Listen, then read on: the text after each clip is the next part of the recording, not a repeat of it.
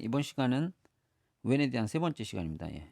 지난 시간 동안 이제 웬에 대한 개념, 실질적으로 지리적으로 떨어져 있는 랜 네트워크 간의 연결, 데이터를 전달하기 위한 이제 연결 서비스를 제공하고 있는 사용자들이 서비스 프로바이더라고 말씀드렸어요. 그 서비스 프로바이더가 어떤 식으로 서비스를 제공하고 있으며 이제 어떤 아키텍처, 기술적인 아키텍처를 가지고 있는지에 대해서 좀 설명을 드릴까 합니다. 기본적으로 통신사업자들은 이제 지리적으로 떨어져 있는 곳에 이 그림을 보면서 좀 설명을 드릴게요. 이렇게 국사라는 형태 잘 아시죠? 예전 분들은 국사 아니면 데이터 센터 이런 물리적인 어떤 지역에 어떤 전송을 위한 시설을 두죠. 그거를 팝이라고 합니다. 팝. 이 팝이 포인트 오브 프레젠스의 줄임말이에요. 예. 실질적으로 어떤 통신 서비스를 제공하고 있는 위치라는 개념이라고 생각하시면 될 것 같아요. 그러니까 어떤 고객이 멀리 떨어져 있는 통신 사업자들 간에 멀리 떨어져 있는 지역 간에 통신을 하기 위해서 어떤 회선을 제공받고 싶다라고 하면 그 고객의 위치에서 이 통신 사업자의 팝까지 연결만 하게 되면 이 통신 사업자들이 팝을 지리적으로 여러 곳에 구성을 하고 있기 때문에 또 상대방 그 해당 고객사가 위치하고 있는 어떤 가까운 지역까지 팝을 또 연결을 하게 되면 이 통신사업자가 망을 연결해주는 서비스를 제공하는 거죠. 그림상에서 보면. 그래서 이전 시간에도 말씀드렸지만 이 팝까지 오는 거를 라스트 마일이라고 했고요. 그 다음에 이 통신사업자의 자원 구간인 거죠. 이 구간을 미들 마일이라고 했습니다. 또 상대방 쪽에 고객사 쪽에 이 구간은 또 라스트 마일이 되겠죠. 이렇게 해서 이제 연결 서비스를 제공을 한다라고 이해하시면 될 것 같아요. 그래서 팝을 구성을 하고 여러 지역 간에 이걸 통신망을 나름 갖추고 서비스를 제공한다. 이 통신망의 구조는 좀 이따 이 그림을 가지고 더 상세하게 설명을 좀 드릴게요. 그래서 이 커버리지가 중요하겠죠. 통신사업자들은 커버리지가 클수록 일종의 서비스의 경쟁력이 있다라고 보면 될 것 같고요. 이 커버리지에 따라서 국가별로 또 제약 조건이 있을 수가 있어요. 그래서 국가 내에 있는 어떤 지역 통신사, 저희 뭐 한국으로 따지면 KT나 U+, 그 다음에 SK 브로드밴드가 가장 큰 통신 사업자죠. 이게 근데 이제 국가 같은 경우는 이 아무나 이 사실 팝을 구축한다는 뜻 자체는 이 지역에서 이 지역까지를 일단은 케이블을 구성해서 어떤 회선을 연결을 한다는 뜻이거든요. 그럼 땅을 파서 케이블을 깔 수 있는 어떤 권리가 있어야 돼요, 권리. 그래서 이걸 기관 사업자라는 형태로 면허를 주고 관리를 하고 있습니다. 아무나 할 수 없다는 뜻이에요, 이 땅을 파는 거는. 그래서 일반적으로 뭐 도로를 따라서 갈 수도 있고 기차길을 따라서 갈 수도 있고요. 뭐 그렇게 이제 지역 국가 내에서는 이제 망을 만든다라고 보시면 될 것 같아요. 그리고 글로벌로 또 통신 사업자들을 제공할 수가 있겠죠. 여기가 만약에 한국이라고 하면 저기 이제 미국에 또 연결을 해야 된다라고 하면 이 글로벌로 연결을 서비스하는 통신 사업자들이 있어요.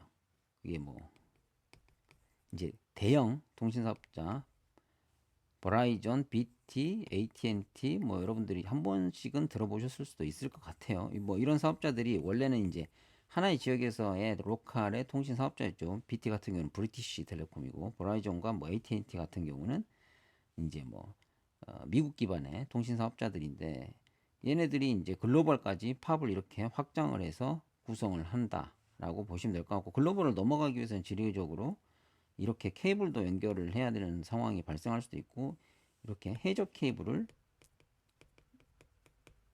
타고 또 넘어가야 되는 상황이 발생할 수 있겠죠. 그래서 이 해저 케이블 자체도 이런 통신사업자 하나가 끌 수도 있겠지만 또 여러 통신사업자들이 컨소시엄 형태로 같이 투자를 해서 왜냐하면 돈이 많이 들잖아요. 이 해저 케이블은 배도 어마어마한 배가 필요한 거고 이 땅 밑에 이렇게 깔아야 되는 형태이기 때문에 이 바다 밑에 그래서 관리나 구축에 대한 비용이 어마어마하게 들기 때문에 이제 컨소 형태로 많이 구성을 한다라고 보시면 될 것 같아요. 뭐 또 이야기 잠깐 샜는데 이게 뭐 다음에 뭐 해적 케이블 사업자들 망에 대해서는 이 따로 맵이 있으니까요. 실시간으로 업데이트가 되는 그걸 보고 한번 설명을 드릴 수 있도록 하겠습니다. 일단 개념적으로 중요한 게 글로벌 통신 사업자가 있다.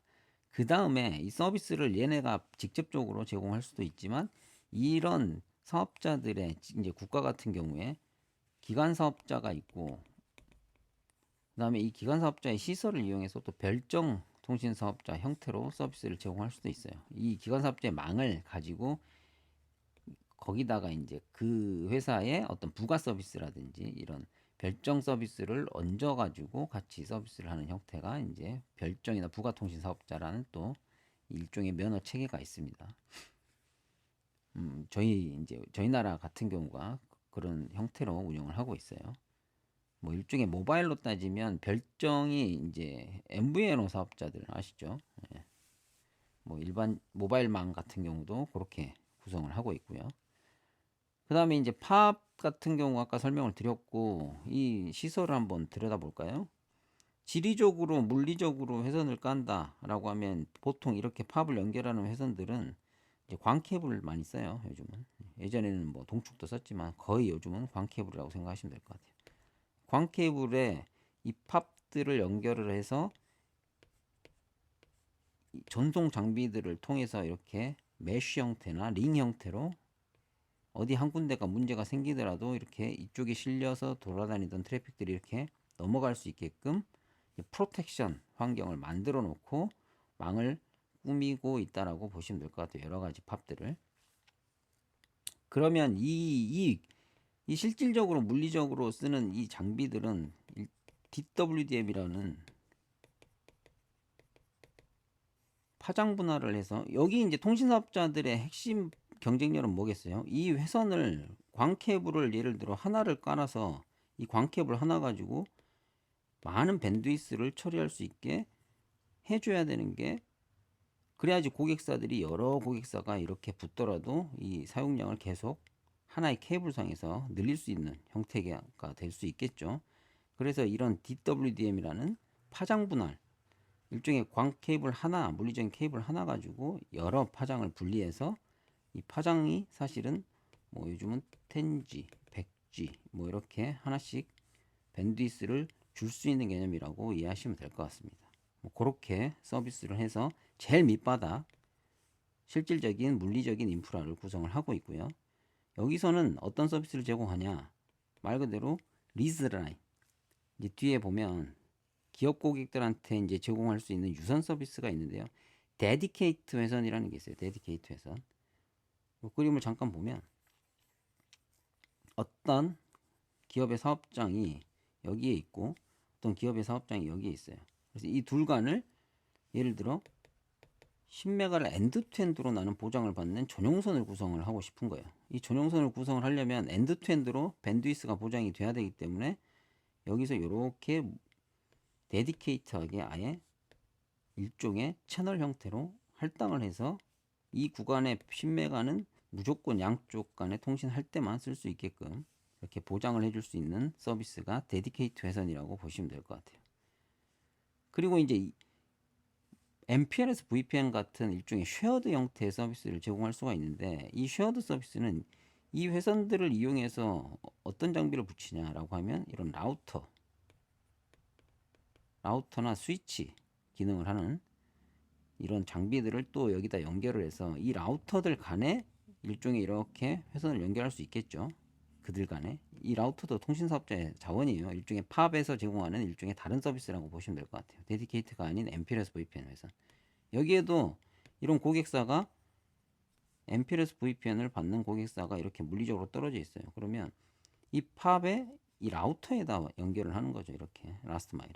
그렇게 되면 이 망 자체가 MPLS VPN 망의 어떤 이 백본 역할을 하고 있기 때문에 여기서 다수의 고객사들을 분리해서 이렇게 전용 예산 서비스를 제공할 수 있다. 물리적으로 이 트렁크 구간은 다른 고객사들하고 다 쉐어를 하고 있는데 이 트렁크 구간에 대해서는 이 사업자가 밴드위스를 관리를 하면서 증속을 하는 형태라고 이해하시면 될 것 같아요. 어떤 시점에 어떤 고객사가 많이 쓴다라고 하면, 왜냐하면 테일 구간에 이제 밴드위스의 합들 가지고 이걸 추정을 해서 이제 관리를 하게 되는데, 그때 이제 늘어나게 되면 여기서 팝 투 팝 간의 밴드위스의 이슈가 발생할 수가 있습니다. 쉐어드 서비스의 특성상 그렇게 해서 이제 유선 서비스, 기업들이 많이 쓰는 서비스를 제공하고 있고요. 참고적으로 이런 백본망을 이용해서 사실 이런 무선 서비스, 모바일 서비스죠. 우리 뭐 KT나 U 플러스, SK 전부 다 저희인 이런 그 모바일 서비스를 다 제공을 하고 있잖아요. LTE나 5G 이런 서비스를 제공하고 있는데, 그 5G를 제공하는 장비들을 어차피 백본 구간은 다 이런 유선 장비들을 통해서 통신을 하게 되어 있고요. 여기에 이런 기지국들 장비들을 붙여가지고 여기서 이제 5G냐 LTE냐 이런 서비스를 이제 모바일 디바이스들 대상으로 서비스를 제공하고 있죠. 뭐 또 그리고 이제 데이터 센터 같은 곳에 보면은 이런 그 가입자들, 이 모바일 서비스라든지 기업 서비스들이 통신 사업자들 입장에서는 사용자잖아요. 사용자들이 있으면 당연히 이 망에 이 사용자들을 대상으로 서비스를 제공하기 위한 일종의 컨텐츠 사업자들이 또 들어오게 되죠. 컨텐츠 사업자들이 대표적인 게 예를 들어 인터넷망을 기반으로 서비스를 제공하고 있는 플랫폼 사업자들이 될 수가 있을 것 같고요. 그 다음에 이런 기업들한테 이 망에서 뭐 이 회선이나 이런 솔루션들, 어떤 네트워크 서비스가 아닌 다른 서비스들을 또 제공하기 위한 서비스들을, 아까 이제 별정 통신이나 부가 통신 사업자들이 들어와서 자기네들 서버들을 가져다 놓고 또 연결을 해서 이 서비스를 제공할 수 있는 어떤 일종의 플랫폼 역할을 통신 사업자들이 하고 있죠. 이제 그런 서비스들은 서버들이 필요하기 때문에 보통 데이터 센터에 많이 들어와 있고요. 그래서 이 통신 사업자의 팝들이 대부분의 데이터 센터에 들어가 있다라고 보시면 될 것 같습니다. 거기서 이렇게 이제 인터넷에 대한 망도 연결을 해서 이 통신 사업자들 간에 이제 인터넷 망을 연결을 해서 사용을 한다라고 말씀드렸어요. 그래서 타 사업자들하고 이렇게 인터넷을 연동하기 위한 망을 확장을 하는 형태도 가능하고요. 그래서 이제 인터넷 서비스를 제공할 수 있는 기반이 또 될 수 있겠죠. 데이터 센터에서. 그 다음에 추가적인 이런 부가 서비스들을 제공하는 형태라고 보시면 될 것 같아요. 그래서 뭐 저희 나라 같은 경우는 KT나 유플, SKB가 전부 이런 데이터 센터 사업자 역할도 같이 하고 있죠. 그렇게 이해하시면 될 것 같습니다. 뭐 대부분 설명을 좀 드렸네요. 유선, 무선, B2C, 그 다음에 이런 이제 클라우드도 자체적으로 구축해서 어차피 데이터 센터 내에 다양한 서버들을 가져다 놓고 클라우드 형태로 서비스를 제공할 수도 있겠죠. 그래서 KT 같은 경우가 한국에서는 이제 KT 클라우드 서비스를 대표적으로 그렇게 진행을 하고 있죠. 통신 사업자이면서 데이터 센터 사업자이면서 그 안에서 클라우드 사업자 역할도 같이 하고 있다라고 보시면 될 것 같습니다. 그리고 이제 기본적으로 이런 회선 서비스의 비용 구조는 이제 그러다 보니까 네트워크의 어차피 품질 요소를 결정하는 게 밴드위스하고 대표적인 거리거든요. 거리에서 오는 RTT. 여기에 따라서 품질 요소가 결정이 되기 때문에 통신 사업자의 서비스들도 이 팝의 자원들을 얼마나 많이 쓰냐에 따라서 비용 결정을 하겠죠. 일반적으로. 이제 그러다 보니까 보통 사업장에서 이 팝까지 연결을 할 때도 사실 통신 사업자가 이 사업장에 소형 일종의 이런 전송 장비를 가져다 놓고 이 팝까지 연결 서비스까지를 제공을 하고 있거든요. 라스트 마일 구간에서. 그래서 이 비용도 마찬가지고요. 그리고 팝들을 얼마나 길게 쓰냐에 따라서 이 거리, 이 사업장이 예를 들어 서울에서 부산까지, 부산에 있는 사업장까지 나는 연결을 하고 싶어 라고 했을 때 이 거리가 길기 때문에 서울에서 또 연결하는 비용보다는 더 똑같은 밴드위스에도 비용이 높다라고 이해하시면 될 것 같고요. 이 사업장이 어디인지를 모르기 때문에 사실은 어떤 고객사의 요청을 받아서 상위국, 하위국이라고 뭐 요즘도 표현을 많이 해요. 그래서 어디까지 통신을 시킬 거냐라는 걸 가지고 이제 견적 베이스로 가격이 결정된다라고 보시면 될 것 같아요. 그래서 사실은 이 안에서는 가격 테이블을 이제 통신사업자들이 가지고 있을 수는 있지만 어디에 사업장이 있는지에 따라서 이 사업장 위치에 어떤 장비를 가져다 놔야 되냐, 그리고 기존에 있는 장비가 이 물리적인 빌딩상에 있기 때문에 거기에 따라서 이 가격이 결정이 된다. 그리고 기본적으로 월 가금 형태의 고정비 형태입니다. 한번 견적을 받으면. 그래서 이제 뭐 장기 계약을 하면 예를 들어 1년, 3년, 뭐 5년 뭐 이렇게 계약 기간이 길어질수록 이제 비용은 좀 할인 형태를 가져가는 형태라고 보시면 될 것 같아요. 일반적으로 그렇습니다. 예. 그렇게 해서 이제 뭐 거의 뭐 10년 넘었죠. 한 20 몇 년 동안 이런 형태의 서비스를 구성을 하고 있고요. 일반적인 기업들이 대부분 이런 형태로 한국에 있는 지사들을 연결을 해서 이제 전용망을 만든다든지, 그 다음에 글로벌 통신 사업자들의 이런 팝들에 연결을 해서 이제 해외에 있는 사업장들까지 확장을 해서 이제 전용망을 만든다든지, 그렇게 지금까지 활용을 하고 있다라고 보시면 될 것 같고요. 이제 여기서 제가 이제 앞 시간에 말씀드린 인터넷 서비스를 활용한 이제 웬 서비스도 뭐 설명을 안 드리긴 했는데, 어차피 이 인터넷 회선에 대한 서비스를 이제 통신사업자들이 제공을 다 해요. 그러다 보니까 이 안에서 예를 들어 똑같은 위치라고 하면 이게 하나의 데이터 센터일 수가 있겠죠, 물리적으로. 이 전송 서비스, 데디케이트 회선을 위한 서비스로도 이 팝 같은 경우는 제공이 가능한 형태고, 그다음에 MPLS VPN 회선 서비스도 이 팝에서 제공한 형태고요, 물리적으로. 그다음에 이 물리적인 장비 위치에 인터넷을 서비스를 하기 위한 일종의 인터넷 라우터가 존재를 한다라고 하면 인터넷 회선 서비스까지도 제공하는 형태라고 보시면 될 것 같아요. 그래서 팝별로 서비스를 제공하는 형태가 약간씩은 다를 수가 있습니다.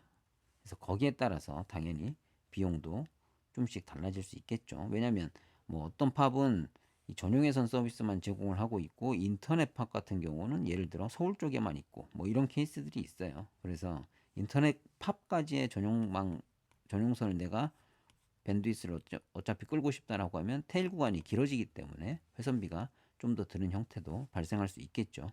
그래서 어떤 통신사업자가 어떤 팝에서 어떠한 서비스들을 제공하고 있는지는 기본적으로 알고 계시면 이제 이런 비용들을 여러 통신사들을 통해서 받아보시면 도움이 될 것 같아요.